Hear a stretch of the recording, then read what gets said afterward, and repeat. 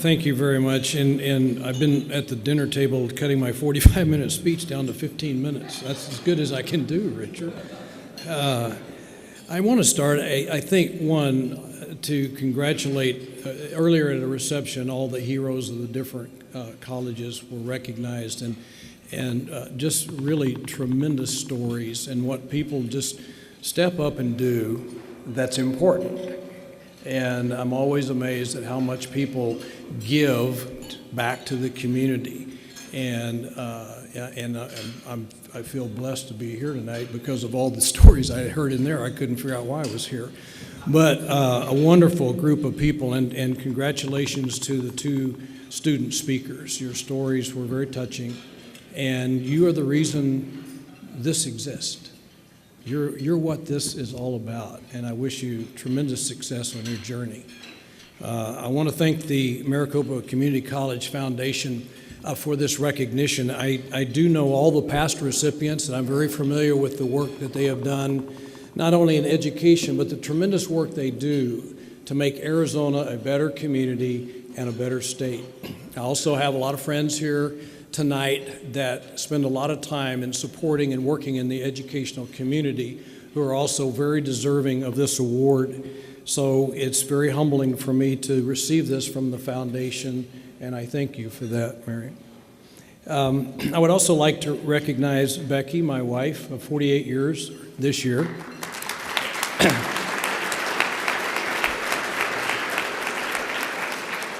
For her unwavering support of my career, and probably more important, the incredible and valued advice and counsel that I got, which I needed in a lot of cases. That was also very helpful. She's been not just a tremendous partner, the better part of that is she's been my best friend through this 48-year journey together. And I thank you for being here, and I want to thank our daughter Joey and son Jeff, Joey's husband Dan. Jeff's wife, Lisa, is at an obligation with her mother and couldn't be here, but thank all of you for sharing this evening with. I love all of you very much.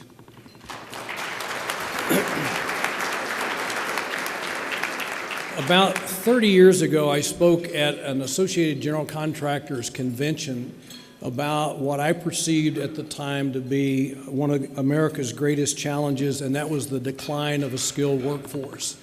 And the fact that I felt that that would lead to the decline of a middle class. And I believe that even more today than I did then.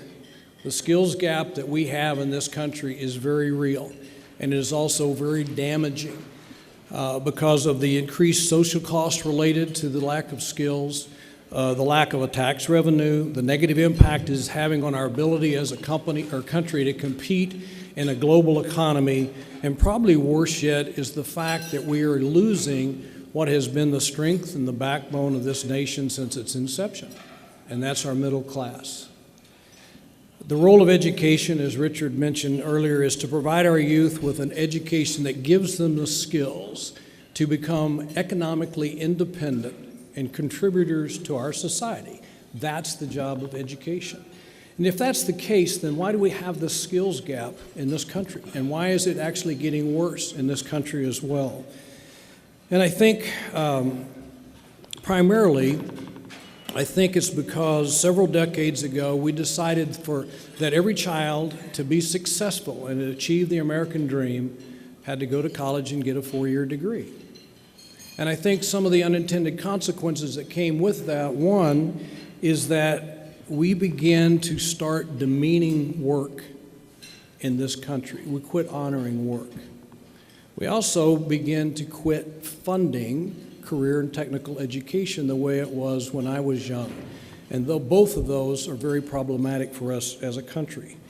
And I've heard it over and over again, especially in the industry that I grew up in. If you do not go to college and get a college degree, you might end up in construction. Well, it wasn't a bad career, let me tell you. But I'd also say to you, what does that say to someone who gets up in the morning and takes their chosen passion, the thing they like to do and the skills that they've developed from that, and go to work every day and build America's future? Basically, it says we don't value what you do.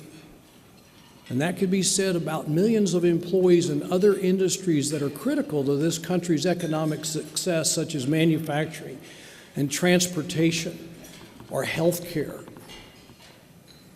If you look at what makes up the workforce today, about 25 to 30% of the workforce does require a 4-year college degree or higher. So the universities have a huge job and a huge responsibility in that. And then there's that 10 to 15% of our workforce that really doesn't require much education. But what they do is important, and they deserve our respect. And then that leaves the middle skilled jobs, which is about 55 to 60% of the employment base in this country. So who educates and trains these people? Where do they come from? They used to come through career and technical education programs or vocational ed when I was a kid, or they came through our community college districts. And by example, Maricopa Community College is the largest provider of workforce development in the state of Arizona. But with the tremendous shortage of skilled workers in every single industry in this state that is critical to its economic success, you would think that Arizona would choose, as did Utah, as did California, as did Texas, and many, many other states, and that is to invest heavily in technical training and workforce development. And yet Arizona today is way behind many of the states in this area. And we watched last year where the state of Arizona cut career and technical education by $30 million, which is about a 50% cut in satellite school-based career and technical education programs, and it would have devastated those programs. But fortunately, there was a huge outcry from educators, from parents, from business, who said, this has got to be turned around, and most of that money was reinstated. But it's not nearly enough to educate and train the workforce that Arizona needs if it wants to be able to compete and improve its standard of living as a state. We have seen the state funding of Maricopa Community College go from over $80 million in just 2007 to zero today. A zero investment in the community college system. When ideologically you believe that the best way to grow your economy is to reduce the cost of doing business, when in essence means cutting taxes or eliminating and reducing regulations, which is another issue, then you have no choice but to cut spending. And that ideology has existed now for several years, and what we have gotten out of it is massive cuts from our K-12 system, our community college districts, and our state's universities. I believe ideology also is picking winners and losers in the educational process, and that is not good for the lower social economic parts of our community, and it is not healthy for the state of Arizona long term. Arizona is at the bottom of pretty much every category there is in how you measure K-12 systems, and for good reason. We are getting what we've been willing to pay for. And I'm not talking about throwing money at the educational system, but I am talking about making and increasing prudent investments in what works to create an educated, skilled workforce for this state, because that is what will drive economic development.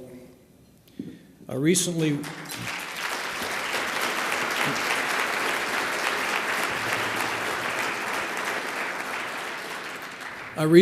participated in a presentation at the Arizona State Board of Education about career and technical education. In my closing remarks for the group I was with, I referred to a slide, actually it was Richard's slide since he's here, that was used in his presentation, and it was a slide of his 4 grandchildren.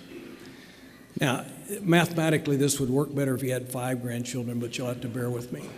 It was a picture of his 4 grandchildren, but think of that slide, and instead of being his 4 grandchildren, it's your children, or it's your spouse or your siblings' children, or your grandchildren. Statistically in Arizona, one of those kids will not graduate from high school. And because of that, they'll probably end up some type of social program such as welfare, food stamps, access, or worse yet, in prison, where over 70% of the inmates in this state are high school dropouts. Statistically, 2 of those kids will graduate from high school but will not graduate from college. So they'll end up probably with some form of debt and then some either limited or no work-based skills, which will make it increasingly difficult for those kids to earn a respectable living. And probably the saddest part is they may not reach what have been or what could have been their full potential. One of those kids will graduate from college and go on to hopefully have a good job and have a good career, and they will need it to help pay for the debt that they created getting that education. Now think of that slide again of the 4 children, your children or your grandchildren. If they were full-time CTE students in high school, there is a 95% chance that all 4 of those kids will graduate from high school. And they'll graduate from high school with a skill and in many cases an industry-recognized certification so they can enter the workforce and start on a career. Statistically, there's a 64% chance that all 4 of those kids, your kids or your grandkids, will go on to some level of post-secondary education and obtain industry certifications, an AA degree, bachelor's degree, or higher. And the coolest thing about that is because of the skills that they've obtained from a career and technical education program, more than likely they can pay for that education. The shortest distance from being in high school to a meaningful job or going on to post-secondary education is through career and technical education programs.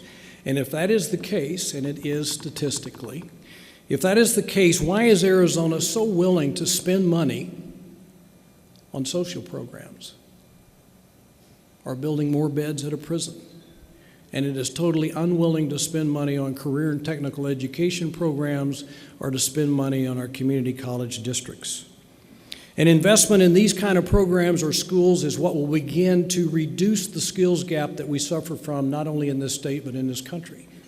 An investment in these types of programs and schools is what will make Arizona's businesses more competitive and more successful. And an investment in these types of programs or schools is why businesses from outside of Arizona will look to Arizona, because they know that they can rely on an educated, skilled workforce. It would also begin to work on pushing back up the middle class, which is the strength and backbone of this country. It seems for me very simple. We are getting what we have been willing to pay for. And it's time for us to say that's got to change. It's time for us to stand up and be counted.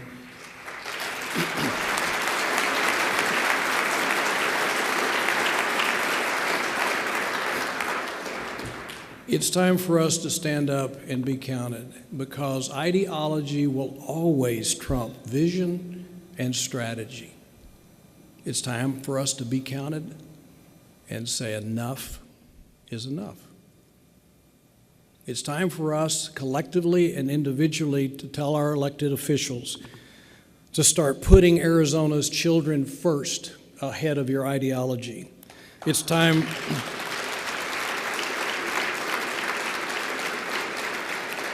It's time for us to say to our political leaders to start investing at every level of education so we can give our kids a chance to be successful and achieve the American dream. It's time for our political leaders to put their ideology aside and stop picking winners and losers in this process. So every child in Arizona, regardless of their ethnicity, their income, or their zip code, can have an opportunity to obtain a world-class education. It's time for us to collectively say enough is enough.